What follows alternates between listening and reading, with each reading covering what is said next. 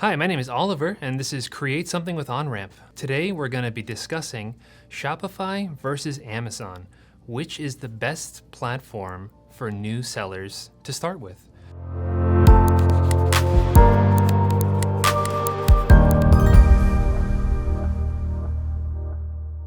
So this is a good question because when you just kind of get started out, a lot of people don't really know the fine details comparing Shopify from Amazon. They think they're kind of the same and there's not much difference between them. However, there's a pretty big difference between them. So Amazon, everybody knows what Amazon is, right? It's Amazon.com. They're the biggest e-commerce store in the entire world. Something about like 60% of all e-commerce transactions in America are taking place on Amazon. So, they have a big piece of the pie. So they kind of run their own store. So the other thing about Amazon that people don't realize is that they are a marketplace for sellers. So what that means is that anybody, whether it be a person or a business, can join Amazon and sell their own products on the platform, just like Amazon can. So if you have a product line or you have a product you want to create, you can actually put it on Amazon to compete with other sellers or with Amazon themselves to make sales. Comparing that to Shopify, Shopify is different. Shopify is just the software to create an e-commerce store.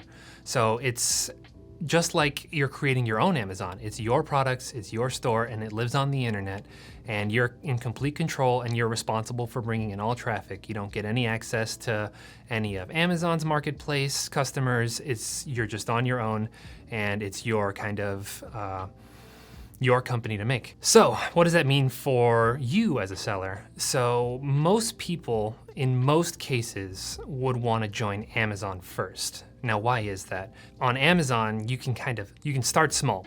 That's a big thing. You can start with one single product. You don't have to create a product line. You don't need to do a huge release. You can actually find a product that works, whether it be something you're inspired by, something you've kind of found is a good opportunity based on different kind of data metrics you've researched, or something you think that is really unique that the market wants that you can provide. You can just make the one product, you can even test it on the market, and you can see how good it is. And then if it sells well, you can kind of go from there, right? You know your product category, you can start expanding into your niche, you can start selling, and you can really grow a business from there.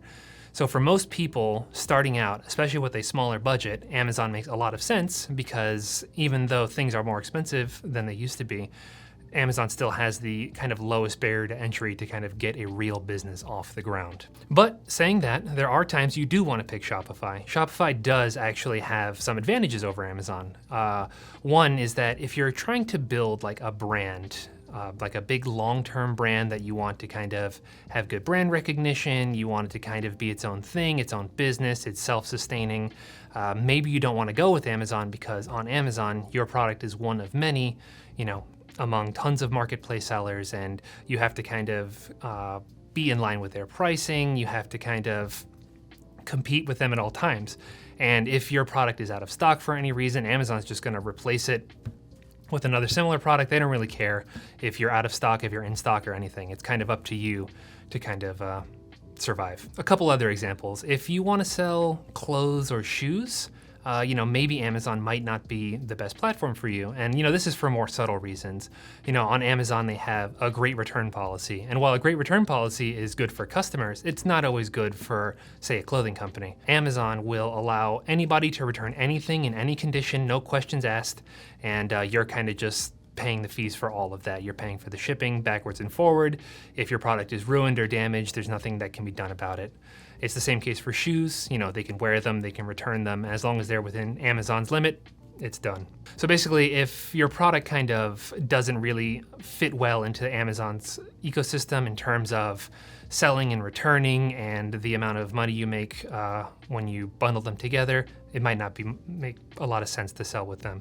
Another obvious example would be if you were to sell something that's completely banned on Amazon. Amazon bans a lot of different products. The easiest example would be CBD products, very trendy, industry is growing a lot, but Amazon outright does not sell them or allow sellers to sell them. So, if you want to start a CBD brand, you're out of luck with Amazon. You can't even use them, so you have to look elsewhere. And, highlighting on that, you don't actually need to be platform exclusive for the entire length of your business.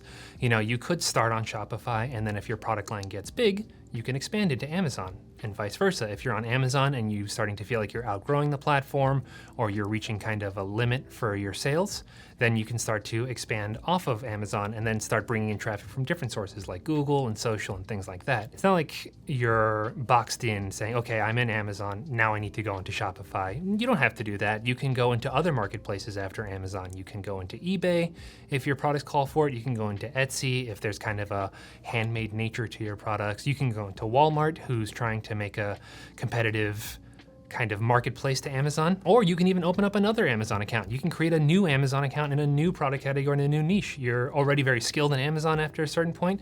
You can apply the knowledge and just keep growing there. You know, there's a lot of options for you. You don't have to be too specific on which platform. Every kind of product line is different. Every product mix is different.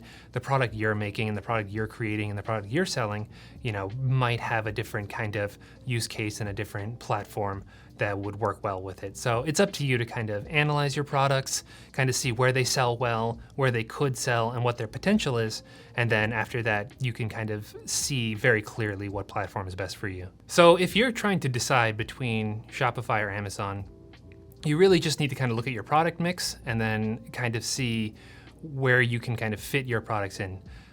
For most people, starting on Amazon seems to be like the easier platform. It's a lot more laid out, it's a lot more streamlined. You can start smaller, so a lot of people are going to start there. And then there's this idea that once you're on Amazon and you've grown it, you should move your brand off of Amazon and open up a Shopify store, or vice versa. If you have a Shopify store, you should start to expand it to Amazon.